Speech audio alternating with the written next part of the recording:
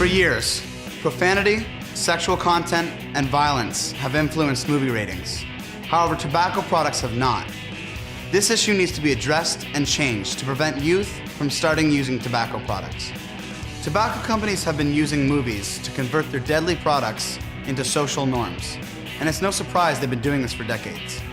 We as young people constantly see celebrities as role models, and we hardly ever see the negative effects of tobacco use on screen. Movies sell smoking. Tobacco companies need new smokers, and Hollywood delivers. To quote Philip Morris, "It's important to know as much as possible about teenage smoking patterns and attitudes. Today's teenager is tomorrow's potential regular customer." We estimate that exposure to on-screen smoking will cause 43,000 premature deaths among current Canadian smokers aged 15 to 19. World Health Organization states that movies influence behavior and help form social norms. With smoking in movies, it doesn't matter if it's in the background or the foreground, the good guy or the bad guy. What matters is the repeated exposure. The more youth see smoking in movies, the more likely we are to start.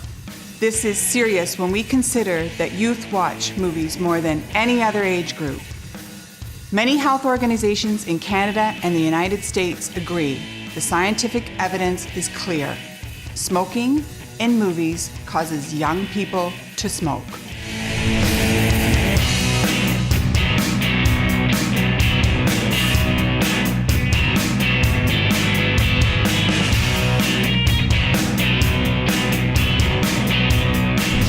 Tobacco use will kill 32% of 15-year-old smokers, half before age 70 and half after. This result has been confirmed by Health Canada. Tobacco had to buy its way into movies. And now it's time to get it out of movies rated for children and youth. Despite less tobacco in youth-rated movies in the United States, the majority of movies with tobacco were and still are rated for children and youth here in Ontario. R-rated movies with twice as much smoking as youth-rated films, on average, are being dumped into the Canadian youth market, leaving Canadian kids more exposed than kids in the U.S.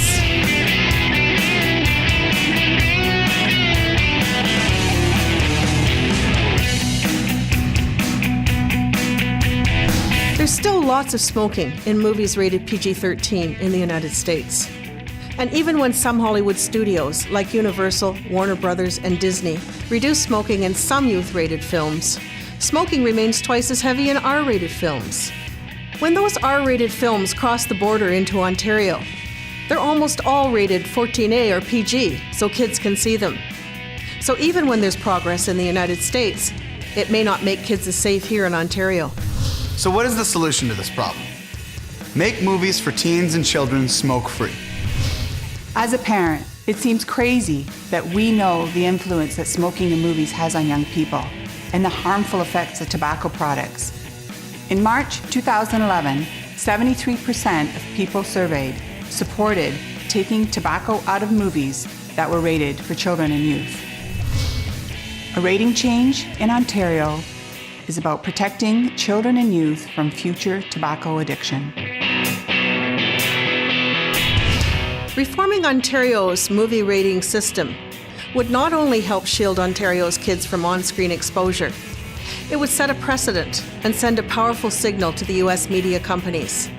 It's part of the overall strategy of making on-screen tobacco depictions cost the film companies more and benefit the tobacco industry less.